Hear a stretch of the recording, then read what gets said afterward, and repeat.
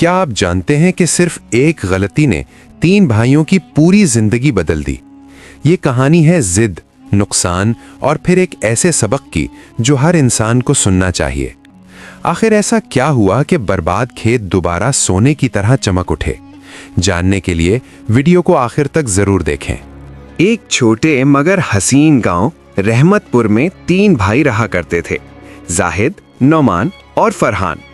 गांव के चारों तरफ सरसब्ज खेत, बहती नहर और ऊंचे दरख्तों की ठंडी छांव थी। परिंदे चहचहाते और बच्चे खुशी से खेलते कूदते रहते थे। इन तीनों के वालिद हाजी करीम बख्श गांव के मुअज्जिज किसान थे।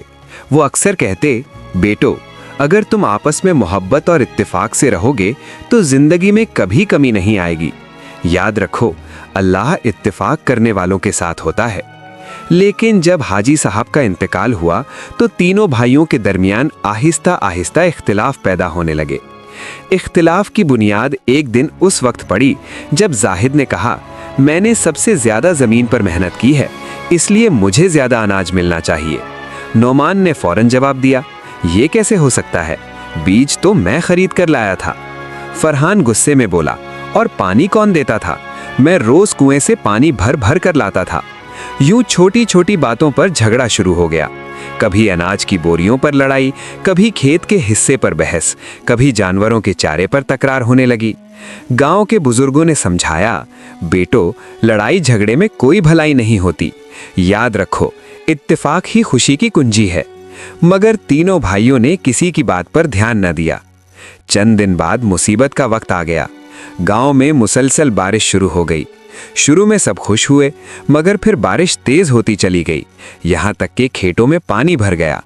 तीनों भाई अपनी अपनी जमीन बचाने में लग गए, मगर अकेले होने की वजह से कुछ ना कर सके। जाहिद ने अफसोस से कहा, काश नौमान और फरहान मेरा साथ देते। नौमान ने सर झुकाकर कहा, अगर हम पहले मिलकर काम करते तो आज फसल ना डूबती। फरहान की आंखों में आंसू आ गए। हमने जिद में आकर खुद ही अपना नुकसान कर लिया। इसी दौरान गांव में एक बूढ़ा मुसाफिर आया। उसके हाथ में लाठी थी और चेहरे पर हल्की सी मुस्कुराहट। उसने तीनों भाइयों को परेशान बैठा देखा और पूछा, बेटो, क्यों उदास हो? जाहिद ने कहा, बाबा जी, हम भाई तो हैं, मगर हमारे दरमियान इत्तेफाक नहीं, इसीलिए हमारी फसल बर्बाद हो गई। बूढ़ा मुस्कुराकर बोला, आओ मैं तुम्हें एक सबक देता हूँ। उसने 3 लकड़ियां निकाली और कहा, इन्हें तोड़ो। तीनों ने बारी बारी लकड़ियां आसानी से तोड़ दी। फिर उसने तीनों लकड़ियां एक साथ बांध दी और कहा, अब इन्हें तोड़कर दिखाओ। तीनों ने पूरी ताकत लगा दी, पसीना बहाया, मगर लकड़ियां ना टूटी। बूढ़ा बोला, बेटो, जब तुम अलग अलग हो तो कमजोर हो, लेकिन जब इकट्ठे हो जाओ तो कोई तुम्हें नुकसान नहीं पहुंचा सकता। याद रखो, इत्तेफाक में बरकत होती है। अगली सुबह सूरज निकला तो तीनों भाइयों ने एक दूसरे से माफी मांगी। जाहिद ने कहा, मैंने तुम दोनों से सख्त लहजे में बात की, मुझे माफ कर दो।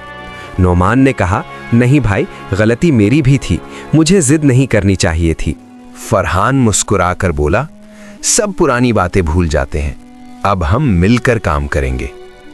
उन्होंने जमीन को दोबारा संवारा, एक दूसरे की मदद से बीज बोए, पानी दिया और दिल लगाकर मेहनत की। चंद ही महीनों में उनके खेत सोने की तरह चमकने लगे। पूरे गांव में उनकी तारीफ होने लगी। बच्चे कहते, देखो, ये वही भाई हैं जो पहले लड़ते थे, अब अल्लाह ने इनके खेतों में खूब बरकत दे दी। जुमे के दिन नमाज के बाद इमाम साहब ने खुतबा दिया और फरमाया, मेरे अजीजों, ये 3 भाई हमारे लिए एक मिसाल है। इन्होंने सीख लिया कि मोहब्बत और इत्तेफाक से अल्लाह खुश होता है। जब दिल साफ हो तो जमीन भी खूब फल देती है और रिस्क में बरकत आती है। तीनों भाइयों ने गांव के बच्चों को अपने खेत दिखाए और कहा, हमने जान लिया है कि अकेले कामयाबी हासिल नहीं होती, जब दिल मिल जाएं तो हाथ खुद ब खुद मजबूत हो जाते हैं। यूं रहमतपुर गांव में अमन, खुशी और बरकत फैल गई और सब लोग कहने लगे, इत्तेफाक में बरकत होती है। सबक यह है कि झगड़ा और जिद हमेशा नुकसान का सबब बनते हैं। मिलजुल कर काम करने में ताकत और कामयाबी होती है। जो मुआफ करता है, अल्लाह उसके दिल को सुकून देता है। मोहब्बत और ताउन से जिंदगी आसान हो जाती है।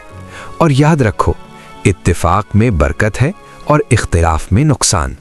अगर आप ऐसी ही सबक आमोज कहानियां पसंद करते हैं तो सच्ची कहानी विद रिज़ी चैनल को अभी सब्सक्राइब करें, क्योंकि यहाँ हर कहानी आपकी जिंदगी बदल सकती है।